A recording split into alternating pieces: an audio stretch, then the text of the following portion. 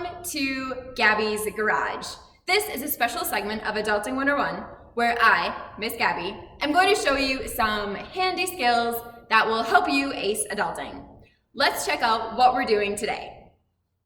Hello everyone, welcome back to Gabi's Garage. I'm Miss Gabi, and today for our episode of Adulting 101, we're going to take a look under the hood. Now, it doesn't mean that you have to fix and know and name everything when you're looking under there, but there are a few important parts that we want to make sure that you know what you're looking for, what you can and can't do, and how to do those things. So let's get started and take a look. The first thing you're going to want to do, make sure your car is off, parked safely, all those good things. What I have already done is I have released the lever that pops the hood, so it disengages it from its locking mechanism, okay? Usually it's a lever. If you're in the driver's side, it's usually like you reach down kind of underneath your dash. There is a symbol that has the hood of the car popped, so you know exactly what you're looking for. The next thing is going to be to release it, because it's still connected there, okay? And all the hoods will release differently. So this one, for example, there is a black lever down inside the hood. So you're gonna reach down in there and you just push and open.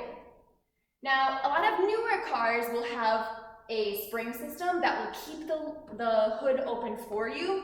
But if your car doesn't have that, it's important to take the bar and make sure it is securely in place so that it doesn't accidentally fall down. That would be terrible. All right, now we're gonna take a look at what's going on under here. So let's get a little closer. All right, now we're taking a closer look at what's going on underneath the hood. Let's start from left to right. Here, I'm gonna shine a flashlight so you can hopefully see a little bit better. This tank here is for your coolant fluid. It moves throughout your car to keep your engine cool as it's running.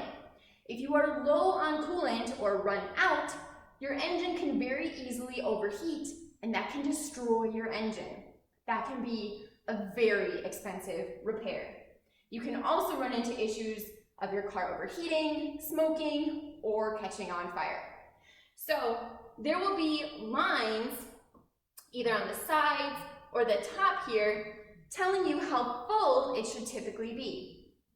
Now, if you know what kind of cooling fluid to add to it, you can do that to the certain mark. With all of the things we're going to talk about today, if you are unsure of what fluid to use, your best bet is to take it to your local car mechanic professionals. Next, we have the belt in here, our running belt. This one specifically is a serpentine belt. Now, I'm not going to move it or really touch it, but I can look, I can shine my light, and I can look down in there to make sure it doesn't look too worn or that there are any cracks in it. If you are noticing those, take it to a professional. All right.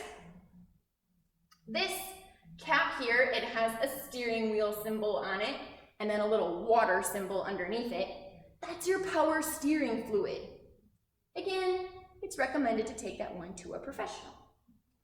Looking right here, this is for adding your oil. So this card tells you exactly what type of oil you need to replace it. It has the code right on top of this cap here. The way to check your oil, I'm gonna come on the other side, is with this yellow, you can kind of see just the top of it here, this yellow dipstick. So let's check our oil. All right, so to check our oil, you're going to need a handy garage rag. I've got that right here. Next, we're going to grab this yellow loop and we're going to pull up. It's a very long, flimsy stick. So we're gonna pull it out. We're gonna wipe it off just so that it's not reading on it from being moved or driven. And then we're going to put it back down into its tube.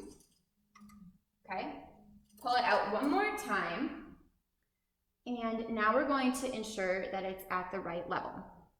So we're gonna get real nice and close here. On the top, so towards where my fingers are, there are some hash marks and some drilled holes. You can kind of see those. You want your oil, you want to be able to see it all the way up at your top drilled hole here. So this one is actually a little overfilled, and that's not a bad thing as long as it's not too full. And then we'll just tuck it right back down in there.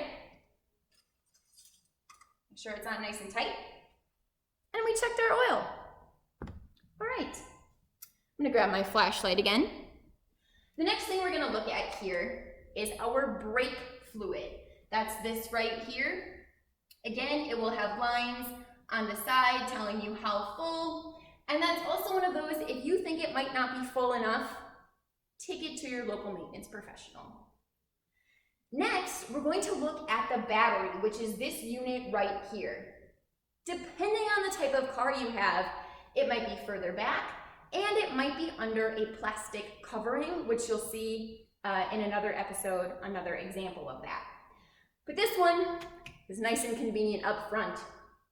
So it is marked on the top on this battery, the plus and the minus, but the positive is red. You can see the red right here, and the negative is black. We'll talk about jumping batteries in another episode as well.